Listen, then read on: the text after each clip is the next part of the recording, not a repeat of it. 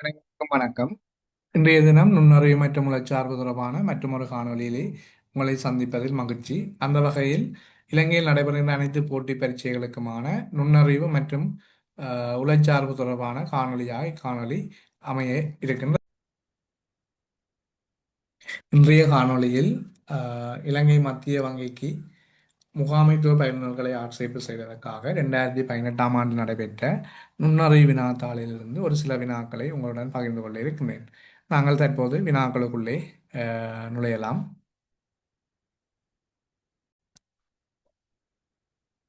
இதில் 6 தொடக்கம் 10 வரையான ஒவ்வொரு வினாவின் கீழேயும் குறித்த ஒரு கோலம் ஒன்றுக்கேற்ப தயாரிக்கப்பட்ட எண் வரிசை ஒன்று தரப்பட்டுள்ளது. அந்த எண் கோலத்துக்கேற்ப கேள்விக்குறி அடையாளம் இடப்பட்ட இடத்துக்கு மிகவும் பொருத்தமான எண்ணை கண்டு அந்த எண்ணுக்குரிய தெரிவினது இலக்கத்தை வினாவின் எதிரே உள்ள புள்ளிக்கோட்டின் மீது எழுதட்டுமா. ரைட், இது வந்து எண்கோலங்கள் சார்ந்தது. இது ஏதோ ஒரு வகையில் இது தொடர்புடையதாக இருக்கின்றது. இப்போ நாங்கள் இதை வந்து எப்படி இதில் அடையாளம் காண்றதுன்றதை பார்க்கலாம். ரைட், இதில் பார்த்தீங்கன்னு சொன்னால் இல்லை மூன்றிலிருந்து 8 அதிகரிக்குது, 8ஆக அதிகரிக்குது. பிறகு 15, அப்போ இதில் வந்து 5 அதிகரிக்குது. நாங்கள் எல்லா வழிகளையும் பார்க்கறது முதல் அதில் எது சாத்தியமாகதோ அதை பயன்படுத்துகிறேன். 5 5 8ஓட 7 கூட்டினா தான் 15, அப்போ 7 அதிகரிக்குது. 8ஓட 7 அதிகரிக்குது. அடுத்தது 15ஓட வந்து 9 அதிகரித்தா தான் 24, அப்போ 9 அதிகரிக்குது. இந்த அதிகரிப்பை பார்த்தீங்கன்னா இப்போ ஒரு முடிவுக்கு வந்திருப்பீங்க. 2 2 அதிகரிக்குது, 5 7 9. அப்போ அடுத்த அதிகரிப்பு என்ன இருக்கணும்னா 11. அப்போ 21ஓட 11 கூட்டினா 35, 11 2 கூட்டினா 13. அப்போ அடுத்த அதிகரிப்பு எங்கே வரணும்னா 13. ஆகவே 35ஓட 13 கூட்டினா 48 விட வர வேணும். அவை 48 வந்து மூன்றாவது விட வந்து பொருத்தமானதாக அமையும். அடுத்தது பார்த்தீங்கன்னு சொன்னால் ஏழாவதுல பாருங்க, இது வந்து குறைஞ்சு கொண்டு போகுது. பாருங்க எத்தனை குறையுது என்றால் இது 2 குறையுது. 31 இருந்து 29 வரணும்னா 2 குறையுது. 29 இருந்து 24 வரணும்னு சொன்னால் 5 குறையுது. அடுத்தது 2 குறையுது. 24 இருந்து 22 வாரம் 2 குறையுது. அடுத்த 22 இருந்து 17 வாரம் 5 குறையுது. அப்போ இதில் ஒரு தொடர்பு வந்திருக்கு உங்களுக்கு. அப்போ ஒன்றை விட்ட ஒரு இலக்கம் 5 2 மாறி மாறி குறையுது. அவ இனி 2 குறையணும். அப்போ 17 இருந்து 2 குறைஞ்சா 15, 15 இருந்து 5 குறைஞ்சா 10. அப்போ விட சரியாக வருது. ஆகவே இதில் வந்து 17 2 போனால் இந்த இடைவெளியில் வர வேண்டியது வந்து 15. 15 இருக்கக்கூடிய விடை இலக்கம் வந்து 4. அடுத்தது எட்டாவது வந்து 2 5 10. அதாவது இதுலேயும் ஒரு அதிகரிப்பு இருக்குது, பார்க்கலாம், அதிகரித்து பார்க்கலாம். தனியாக அதிகரிப்பு மட்டும் இல்லை, பெருக்கல் பிரித்தல் எல்லாமே, கழித்தல் எல்லாமே அதில் வரும். இதில் பாருங்க 3 வந்து அதிகரிச்சிருக்கு, அங்கால 5 அதிகரிச்சிருக்கு. அதாவது 5ஓட 5 கூட்டினா 10, 10ஓட 7 கூட்டினா 17, 17ஓட 9 கூட்டினா 26, 26ஓட 11 கூட்டினா 37, 37ஓட 13 கூட்டினா, ஆகவே இது பார்த்தீங்கன்னா 3 5 7 9 2 2 அதிகரிப்பு நடக்குது. ஆகவே 50 வந்து இதுக்கு பொருத்தமானதாக இருக்கு. ஆகவே 8ஆவதுக்கு வந்து 2ஆவது.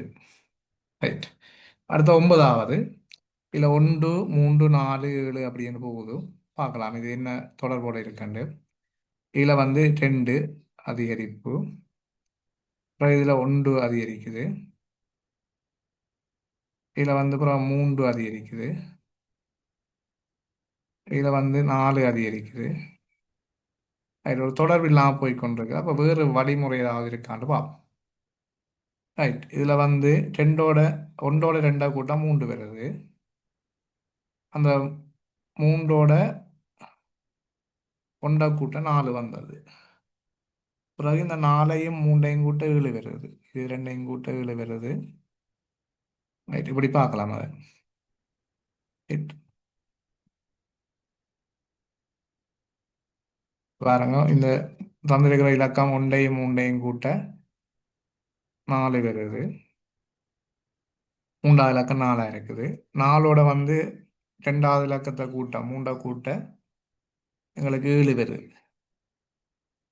பிறகு 7ஓட 4 கூட்ட முன்னுக்கு இருக்கிற இலக்கம் 4 கூட்ட 11 வருது. அப்புறம் அந்த 11 வார 11ஓட 11க்கு முன்னுக்கு இருக்கிற இலக்கம் 7 கூட்டும் போது 18 வருது. பிறகு 18ஓட 18க்கு முன்னுக்கு இருக்கிற இலக்கம் 11 கூட்டும் போது 29 வருது. 29ஓட 29க்கு முன்னுக்கு இருக்கிற இலக்கம் 18 கூட்டும் போது 47 வருது. அப்போ இப்போ 47 வந்து இதுக்கு பொருத்தமான விடையாக இருக்கும். ஆகவே மூன்றாவது விடை இருக்குது. இப்போ 47. அடுத்தது பாருங்க. 10வது 8, 12, 24 அப்படி போய் கொண்டிருக்கு. பார்ப்போம் என்ன தொடர் வந்து. இதில் 8ஓட 4 கூட்டுறீங்க. 8ஓட 4 கூடுது 12. 12ஓட 12 கூட்டுறீங்க 24 பேர் எழுதலாம். பிறகு 24ஓட 4 3 பேருக்கு 12. அதே மாதிரி 12 3 பேருக்குன்னா 36. 36 கூட்டினா 60 வருது பாருங்க. அப்போ அது சரியா இருக்குது. அப்புறம் 36 3 பேருக்குன்னா அப்போ இதில் 36 அது 4 நாங்கள் 3 பெருக்கிறோம் 12 வருது. பிறகு 12 வந்து 12 வந்து 3 பெருக்கிறோம் 36 பேர். 36 கூட்டுறோம் 36ஓட 24 கூட்டுறோம் 60 பேர் பெருக்க வாரதோட 60. பிறகு 36 3 பெருக்கணும். 3 பெருக்கினீங்கன்னா 108 பேர். 108ஓட 60 கூட்டுறோம் 68 வருது. 168 வருது சரி. அடுத்த பார்த்தீங்கன்னா 108 3 பெருக்கணும். இனி 108 3 பெருக்கினா 324 பேர். 324 பேர். 324ஓட 168 கூட்டினா எங்களுக்கு வர விட 400 480 492 பேர். ஆகவே 492 10வதுக்குரிய விட. அப்போ இதில் பார்த்தீங்கன்னா 10வதுக்குரிய சரியான விட 2வது. ரைட். ஓகே.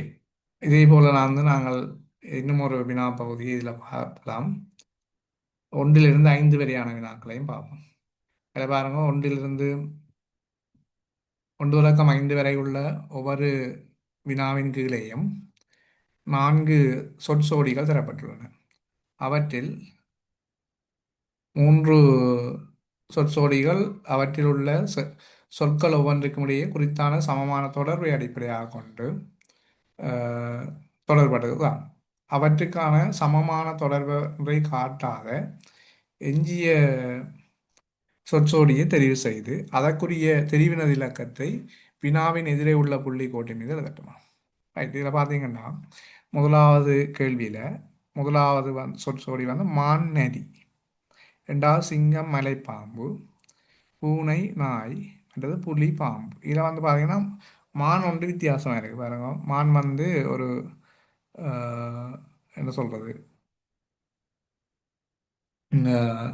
ஒரு மாமிச உண்ணாத ஒரு பிராணி என்று சொல்லலாம். விலங்குன்னு சொல்ல முடியும். மற்றதில் பார்த்தீங்கன்னா இந்த மாமிசத்தை உண்ணக்கூடிய தொடர்புகள் இருக்கு அதோட. இப்போ இதில் தந்திருக்கிற எல்லா விலங்குகள்லையும் மான் வந்து ஒரு தாவர உண்ணி, மற்றதெல்லாம் வந்து ஊன் உண்ணியாக இருக்கு. அப்போ இதில் வந்து வேறுபடக்கூடியதாக கருதுவது முதலாவது சொற்சோடி சந்து வேறுபடுகிறது. அது அவை இந்த உணவுகள் அடிப்படையில் வந்து இதை நான் வேறுபடுத்தி எடுக்கிறேன். அப்போ மான் வந்து ஒரு தாவர உண்ணி, ஏனைய வந்து ஊன் உண்ணியாக கருதி அதில் முதலாவது விட வந்து வேறுபடுறதா இருக்கு ஏனைய சொற்சோடியிலிருந்து.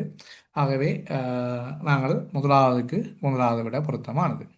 அடுத்து இரண்டாவது பார்த்தீங்கன்னு சொன்னால் பிள்ளை தாய், நகரம் குடியிருப்பாளர், அடுத்தது புகை நெருப்பு, அறிவு ஆசிரியர். அதாவது தாயிலிருந்து பிள்ளை உருவாகுது, இல்லை தாயால் பிள்ளை வந்து வளர்க்கப்படுதுன்னு சொல்லலாம்.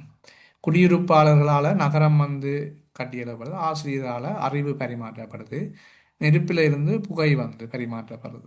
அப்படி வந்து வளர்க்கப்படுது அப்படி என்று சொல்லலாம், அல்லது உருவாக்கப்படுது என்பதை விட அது ஒரு இயற்கையான செயற்பாடாக கருதலாம். மற்றது வந்து பார்த்தீங்கன்னா ஒரு மனிதனோட தொடர்புடைய ஒரு செயற்பாடுகள் மனிதனாலேயே மற்றும் உருவாக்கப்படுறதா இருக்கு.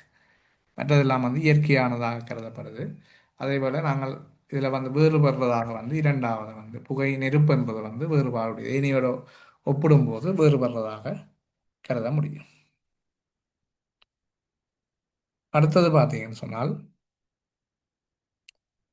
இதை நாங்கள் இப்போ இது மனிதனோட தொடர்புடையன்னு சொல்லி மற்றது பௌதிக ரீதியான மாற்றங்கள் என்று சொல்லியும் சொல்லலாம்.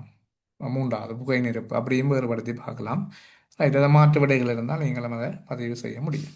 அடுத்தது பாருங்க, மூன்றாவது வேகமானி தூரம் வெப்பநிலையை அளக்கிறது. வெப்பமானி வந்து வெப்பநிலையை அளக்கும், பாரமானி வந்து அமுக்கத்தை அளக்கும், ஈரமானி வந்து சாரிதப்பனை அளக்கும். அப்போ இதில் வந்து பார்த்தீங்கன்றால் வேறுபடுறது வந்து வேகமானி தூரம். தூரத்தை அளக்கிறது வந்து பார்த்தீங்கன்னு சொன்னால் வேகமானியாலே இல்லை, வேகமானியால் அளக்கப்படுறது வேகம். அப்போ அந்த சோடி வந்து இதில் பொருத்தமானதாக இருக்குது, ஏன்னா வேறுபடுறதாக இருக்குது. ஆகவே மூன்றாவதுக்கு முதலாவது வந்து இதில் வேறுபடுற காரணியாக இருக்குது. அடுத்து பார்த்தீங்கன்னா சப்பாத்து தோலிலிருந்து தயாரிக்கப்படுது, மேசை பலகையிலிருந்து தயாரிக்கப்படுது, சுவர் செங்கல்லை அடிப்படையாக கொண்டு கட்டி எழுப்பப்படுது, மரம் மரக்கிளையிலிருந்து கட்டி எழுப்புறது இல்லை. ஆகவே அது மூலப்பொருள் அடிப்படையில் வேறுபடுத்தினோம்னா நாலாவது சொற்றோடி வந்து வேறுபடுறதாக அமையும். அடுத்தது ரத்தினபுரி நிவித்திகலை, களத்துறை வானாந்துறை, யாழ்ப்பாணம் சாவகச்சேரி, தம்பு தம்புத்தேகம அன்றாதபுரம்.